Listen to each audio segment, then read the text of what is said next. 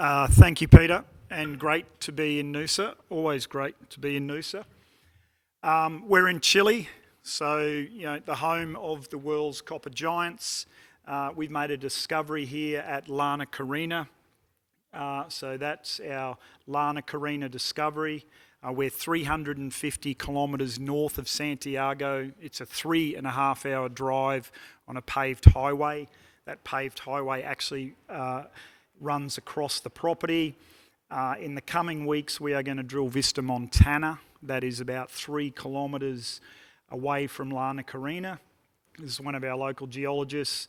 Our tenements from corner to corner run about 6 kilometres of strike. He's standing on a very large silica cap there. For the geologists here, silica cap's a great sign of a copper system. So we have potentially over 5 kilometres of strike in a new discovery in Chile, and have had some pretty significant hits during this year in our maiden drilling program. Standard disclaimer. So as I mentioned, we are 350 kilometres north of the capital, Santiago, 3.5-hour drive on a paved highway. We are not at altitude. Highest point on the property is approximately 500 metres high. We're 40 kilometres from the Pacific Ocean. We have a power plant 3 kilometres south of us, so very good infrastructure. The best hole we've drilled on the property was this hole, 454 metres at just under 1% copper equivalent. And by copper equivalents, I mean 90% copper, 10% molybdenum. So a very large, well-mineralised system. If you're going to make discoveries and build mines, Chile's the place to do it. And I think this slide attests to that. They are all the operating mines in Chile. What's unique about this property, Llana Carina, is we're actually in the coastal belt, so we're not in the high Andes belt. This project is analogous to the Andacollo mine that is owned and operated by Teck, approximately 300 million tonne open pit at about 0.8% copper equivalent. We're targeting initially about 100 million tonnes at around that 0.8 to 1% copper equivalent in an open pit. We think this has the potential to be significantly larger than that. So just focusing in a little more on the exact location. So our primary project, Llana Carina, sits here. There's the paved highway that links into the national highway in Chile that runs the length of the country. You can see that power plant, that's 100 megawatt. That's actually a backup plant for the local grid. 25 of that is solar power. You can see to the north of us, there is a small operating plant. This company's already approached us about potentially providing them with some feed. And further north, you've obviously got Teck's Andacollo mine, which I mentioned, as well as a smelter. So excellent infrastructure. The El Espino project is owned by a Chilean national company. That's just been fully permitted. It'll go into construction at the start of next year. So an excellent area to operate in and develop projects in.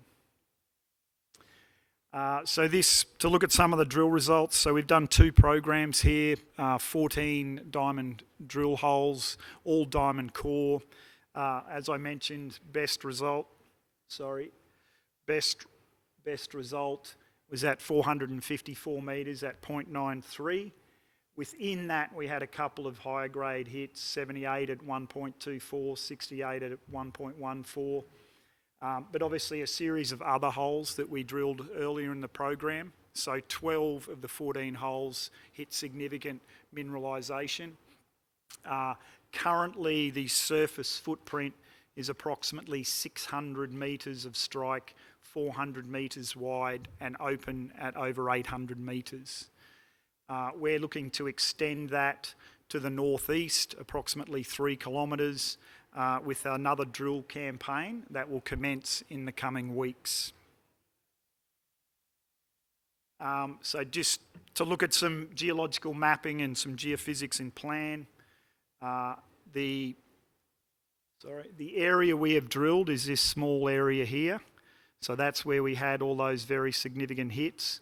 We have now done more detailed mapping, channel sampling, and reinterpreted some IP, some geophysics.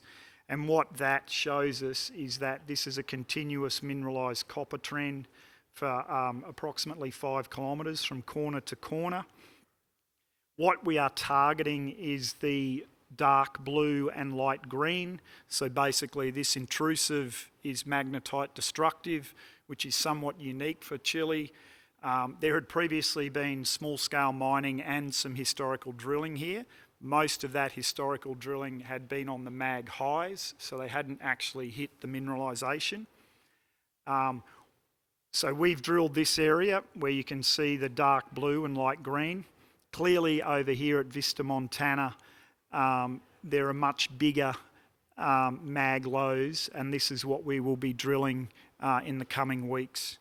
So typically in Chile, the copper deposits occur where two large structures intersect, and those structures typically run north-south, like this one does here, and then they are intersected by a northwest-southeast structure. So, we're very confident there's going to be a significant amount of mineralisation from surface to at least 800 metres deep in that area just there that I highlighted, and also in this area here where those large mag lows are as well. We drilled here initially because there was small-scale historical mining and some drill holes. This area here, Lana Carina, is virgin. There's been no drilling there. We've now done multiple phases of mapping and channel sampling, and that's highlighted significant quartz veining, outcropping breccias and surface copper. We're very confident in the coming weeks as we do the drill program that we're going to replicate the success we've had at Lana Carina with some pretty significant intercepts. So I'm about to show you a section, so that section basically runs from this corner to that corner up there. So if you look at that section, it's schematic, so it's cartoon in nature, but I think it's pretty simple, right? Here's where we've done our drilling.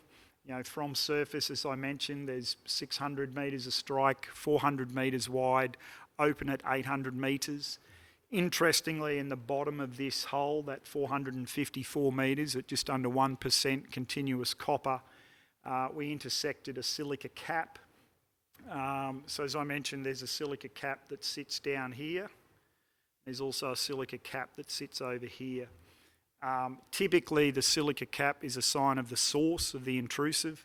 We did drill through that silica cap, but unfortunately came out the side. So what the plan is with this next program, commencing in a couple of weeks, is we'll drill a series of holes through these breccia pipes into the top of the porphyry target.